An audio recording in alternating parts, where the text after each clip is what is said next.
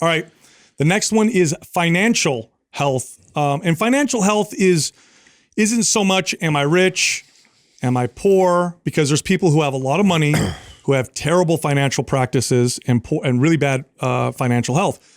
Really, financial health is about your relationship to finances and the disciplines and structures that you have around money. And money can be great. It can also be very bad for people.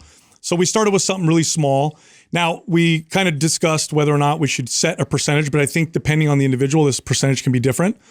But for yourself, set a percentage aside of your paycheck that's realistic for you. So if it's only 5% because you barely make enough to cover your bills, or it could be 30% because you make tons of money, whatever, set a percentage of every paycheck and say, no matter what, for example, 10% is going to get saved.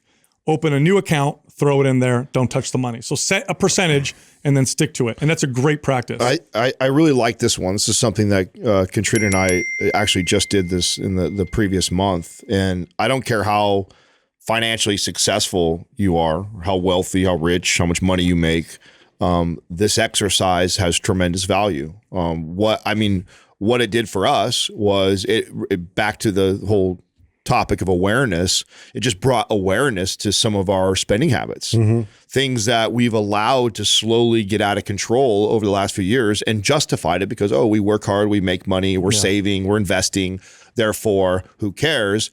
But really what happened is like, oh, wow, this has really gotten out of control. The amount of money that we were spending at Target and Amazon and DoorDash, it was just like, this is ridiculous. Like, I don't care how much money we make, that's irresponsible to do that. Not to mention, if we were to just be a little bit more disciplined around that, what could we do to put that money to work, and where could it benefit us and other places? And so, yeah, I agree that this percentage is going to change for everybody, but the practice of this and it brings so much awareness around our own habits. I mean, I guarantee there's a percentage of people out there that fell into the same trap as I did, where I don't know how many of these automatic paying services. Streaming services and apps. Yeah, streaming services and apps. Not even accounting for. I wasn't even using.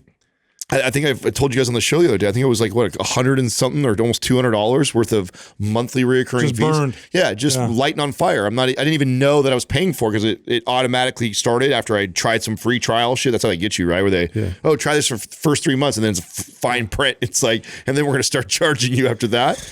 Yeah. Yeah. It doesn't have to be that sophisticated. You just have to pay attention. I think that the first part of that really is to understand where your spending habits are. Like, so you literally have to track it, and like figure out like this month, this is where all the money went. You look and see, and it just brings to light things that maybe are pretty easy to get rid of going forward, or easy for you to be able to carve off and do what you said, get to that percentage that you want to save. So I think the key to this, and this is specifically to people that already run somewhat of a tight budget or don't make a lot of money. This is the conversation I was having with Katrina. It's so important that you do it first right away before you do anything else. Because what happens, and this was kind of the thing that we went back and forth, is when we were like assessing all the stuff, she's like, well, we needed to spend that money on the vet bill, and Max needed this and this. And it's like, there's always going to be these things. And so if it's not there, that's right. So if it's not there, we'll figure it out. We'll find a way. But when it's so accessible, we just justify running it, doing it, keep going.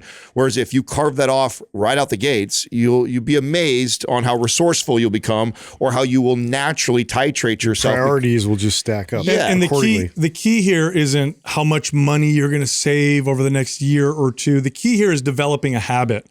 So whatever your percentage is, there's no wrong answer here. Just pick a percentage you can stick to. That's it. Develop the discipline. Later on, this can definitely develop into, I want to save for this, or I want to save for that. But it's not, because what happens if you get caught up in the money thing, maybe it's 5% for you, and you're like, but that's only like, that's only gonna be like $100 a month or $200 a week or whatever the number is. That's not worth it. Like, don't worry about the money.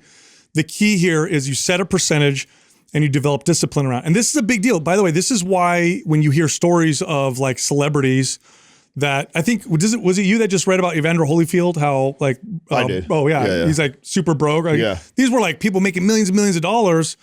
And it's like, how did they end up broke? Like, what the heck happened? Or professional athletes or musicians and artists. Well, they had no financial health. They had poor financial health, no discipline. And so they made all this money. And because they didn't have this discipline around it, they ended up in this, Listen, really it's crappy just situation. like nutrition with working out and being healthy. It's the same concept. It's not. This isn't about your body fat percentage or how buff you are. It's not about your bank account and how big it is. It's more about your relationship with money. Just like it is about your relationship with food. Totally. It's not up to us to say you should be 5% or 7% body fat. Just like it's not up to us to decide whether you have millions of dollars in the bank account or hundreds of dollars.